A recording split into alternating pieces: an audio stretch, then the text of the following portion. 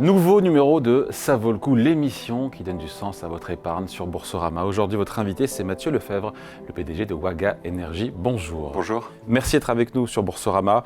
Waga Energy, cleantech française, côté la Bourse de Paris. Cleantech iséroise, c'est bien de rappeler un peu d'où vous venez, ou en tout cas où vous êtes. Et vous avez cette ambition de devenir le leader mondial de la production de biométhane grâce à vos Waga Box. Bon, niveau marketing, c'est très bon. Et maintenant, expliquez-nous. Alors, Simplement.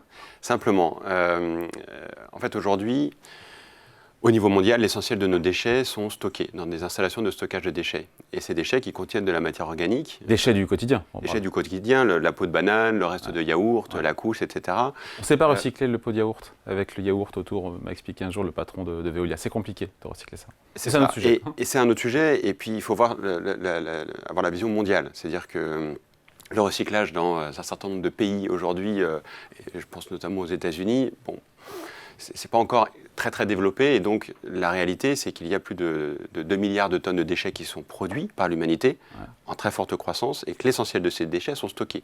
Enfouis. Enfouis. Et une fois enfouis, ils vont spontanément produire un gaz qui est riche en méthane, comme dans votre estomac. Et ce gaz, il faut absolument le capter. C'est du méthane. Et donc, si on sait le capter et le recycler et le purifier, on peut substituer l'énergie fossile, le gaz fossile qui passe dans nos réseaux de gaz naturel. Donc, vous transformez du méthane issu donc, des déchets émis par les déchets du quotidien, en biométhane. En biométhane. Et ce, grâce à la Waga Box, qui est une petite usine à gaz qui va en fait raffiner en quelque sorte ce gaz, c'est-à-dire enlever le CO2, les impuretés, l'azote, l'oxygène. Qui deviennent quoi d'ailleurs ? Alors, toutes ces impuretés, l'air revient à l'air, le CO2 retourne au CO2, c'est-à-dire que c'est des gaz qui sont biogéniques, qui font partie... C'est quoi le CO2 retourne au CO2 ? Le CO2, c'est du carbone biogénique, c'est-à-dire du carbone qui est issu de l'atmosphère, qui a été absorbé par les plantes dans leur croissance, et qui va retourner à l'atmosphère. Mais le biométhane, donc, est une énergie qui est 100% renouvelable, c'est-à-dire qu'elle n'a pas d'impact, on ne vient pas ajouter du carbone dans l'atmosphère, contrairement à l'extraction des énergies fossiles. Donc Waga qui veut dire Wasted Gas Energy, l'énergie des gaz gaspillés. Voilà. Votre technologie, vous avez mis 10 ans à la mettre au point, cette techno. En quoi elle est différente, unique, révolutionnaire, je ne sais pas, par rapport à ce qui se fait déjà sur le marché ? Eh bien, qui ne se fait pas d'ailleurs. Il fallait, alors effectivement ça nous a pris un certain temps. Aujourd'hui, il faut savoir que l'essentiel de ce gaz qui est produit par ces sites est tout simplement émis aux petits oiseaux, à l'atmosphère, ou torché pour éviter d'avoir un impact climatique. Torché, c'est-à-dire qu'il est brûlé. On transforme le méthane en CO2. Pourquoi ? Parce que le méthane, c'est un très très puissant gaz à effet de serre. On estime aujourd'hui, le GIEC, les experts du climat, que près de 30% de l'élévation concrète des températures d'aujourd'hui sont dues aux émissions de méthane. Donc s'il y a un sujet sur lequel il faut travailler, d'urgence, c'est le méthane. Pourquoi cette rupture technologique ? Parce que donc aujourd'hui, tout ce gisement d'énergie est une pollution. Pourquoi ? Parce qu'il est extrêmement complexe à épurer. Il fallait mettre en gros toutes les technologies et nos connaissances de l'ingénierie des gaz pour trouver un procédé qui soit capable d'extraire toutes ces impuretés pour ne regarder que le méthane, le biométhane, qui puisse être injecté au réseau de gaz naturel et substituer le gaz fossile. Donc on rejette le CO2, il n'y a pas d'émission de CO2, on le rejette, et au moins on a une nouvelle énergie sans émission de CO2. Exactement. C'est là où c'est génial.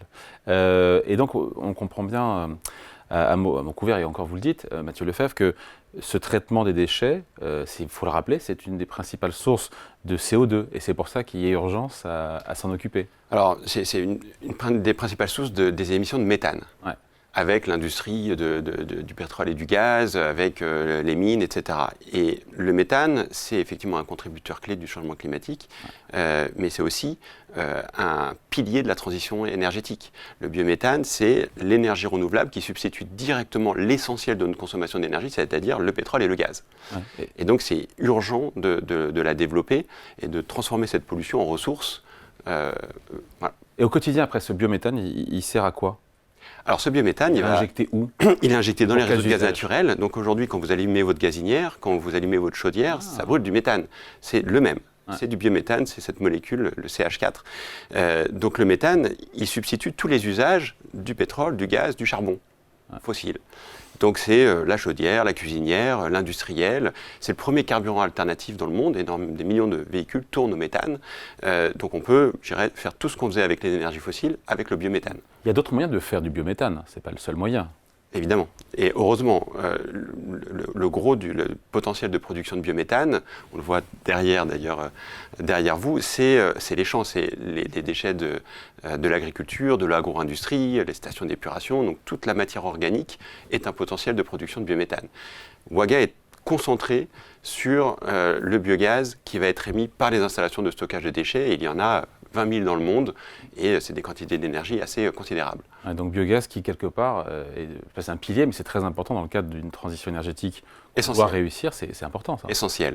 Ouais. Les électricités renouvelables, comme l'éolien, le photovoltaïque, l'hydraulique, et le biométhane est un pilier qui, lui, permet directement de substituer l'essentiel de nos énergies aujourd'hui, qui sont les énergies fossiles. C'est-à-dire que chez Waga Énergie, vous êtes partenaire ou vous rachetez, je ne sais pas comment ça se passe, vous rachetez tous les stocks, les déchets, comment ça se passe? Vous récupérez les déchets des Veolia, des Suez ou d'autres? Comment ça se passe? Alors, c'est effectivement nos partenaires essentiels. Nous ne sommes pas dans l'activité de gestion des déchets.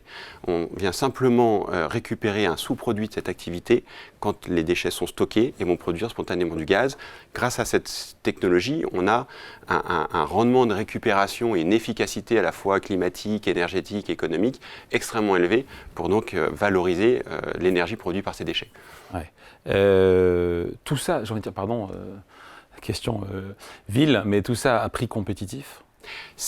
Quand on a créé Waga il y a maintenant une petite dizaine d'années, en 2015, c'était l'objectif, c'est toujours l'objectif. Si on veut que les énergies renouvelables se déploient massivement au niveau mondial, elles doivent être compétitives des énergies traditionnelles. Si on compare par rapport aux autres énergies aujourd'hui, le biométhane? Le biométhane issu des installations de stockage de déchets est l'énergie renouvelable la plus compétitive aujourd'hui, et notamment dans la substitution des énergies fossiles.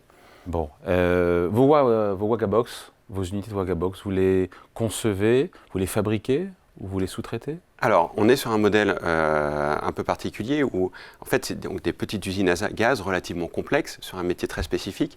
Donc, on a décidé de développer les projets, on investit ces unités et on les exploite sur des contrats de long terme, 10, 15, 20 ans, pour assurer la performance des projets dans le temps. Ça permet d'avoir des revenus récurrents, d'avoir une bonne visibilité sur le futur et de déployer de manière, je dirais, d'assurer le succès de tous les projets. Qui fabrique les Wagabox? Alors, l'ingénierie est réalisée par Waga et on est appuyé par un réseau de sous-traitants, notamment en région Rhône-Alpes, qui vont faire ce qu'on appelle la chaudronnerie, c'est-à-dire la fabrication concrète des différents équipements que nous venons ensuite installer sur les sites. Ça coûte combien d'ailleurs? Et qui sont vos clients d'ailleurs derrière?